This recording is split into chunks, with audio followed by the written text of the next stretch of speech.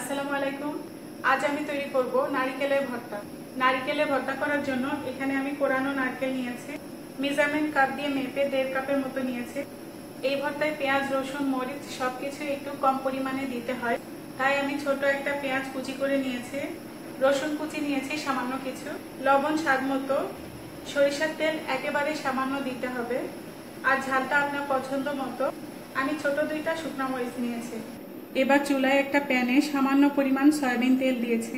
এর মধ্যে শুকনো মরিচ 2টা দিয়ে দিয়েছি এবং রসুন কুচি দিয়েছি। শুকনো মরিচ এবং রসুনগুলো একটু হালকা ভেজে নেব। মিডিয়াম লো আঁচে ভেজে নিতে হবে, না হলে পুড়ে যেতে পারে। মরিচ আর রসুন ভাজা হয়ে গেছে, এবার চুলা বন্ধ করে দিচ্ছি। আপনারা ব্লেন্ডার, মিক্সার অথবা ফুড প্রসেসরেও এই ভর্তাটি করে নিতে পারেন। প্রতিটা ব্লেন্ডারের সেটের সাথে এ ধরনের ছোট একটা গ্রাইন্ডার থাকে, আর এই গ্রাইন্ডারগুলোতেই ভর্তা তৈরি করা যায়। সেটার ব্লেড এ ধরনের হতে পারে, এ ধরনের ব্লেড হতে পারে। প্রথমে মরিচ এবং লবণ দিয়ে ব্লেন্ড করে পেস্ট তৈরি করে নিতে হবে। তারপর এতে ভর্তার উপকরণগুলো অল্প অল্প করে দিয়ে ব্লেন্ড করে নিতে হবে। আর কিছুক্ষণ পর পর একটা চামচের সাহায্যে এভাবে মিশ্রণটা একটু নেড়ে মিশিয়ে দিতে হবে, যেন সবগুলো মিশ্রণ ভালোভাবে পেস্ট হতে পারে। মনে রাখবেন, গ্রাইন্ড করার সময় কিছুতেই ভর্তার মিশ্রণ দিয়ে এটা ভরিয়ে ফেলা যাবে না। সবসময় এটার অর্ধেক পর্যন্ত মিশ্রণ নিয়ে গ্রাইন্ড করতে হবে।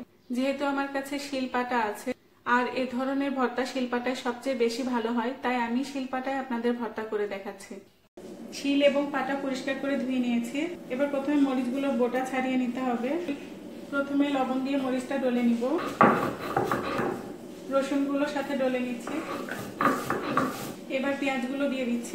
মনে রাখবেন, নারকেল ভর্তায় কাঁচা পেঁয়াজ দিলে ভর্তাটা খেতে বেশি ভালো হয়। এবার এর সাথে সামান্য পরিমাণ সরিষার তেল দিচ্ছি। দিয়ে মিশিয়ে নিয়ে এর মধ্যে কোরানো নারকেলগুলো অল্প অল্প করে দিয়ে বেটে নিতে হবে। সহজেই তৈরি হয়ে গেল মজার এই ভর্তাটি।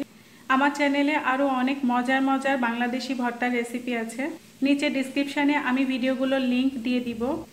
আপনারা ভর্তা খেতে পছন্দ করলে অবশ্যই ভিডিওগুলো দেখে নিতে ভুলবেন না।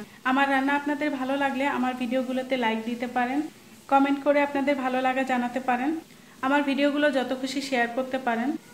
আর আমার নতুন সব রান্নার ভিডিও দেখতে চাইলে আমার চ্যানেলটি অবশ্যই সাবস্ক্রাইব করতে ভুলবেন না। সবাই অনেক ভালো থাকবেন, সুন্দর থাকবেন, আর প্লিজ আমার জন্য দোয়া করবেন। Thanks for watching. আল্লাহ হাফেজ।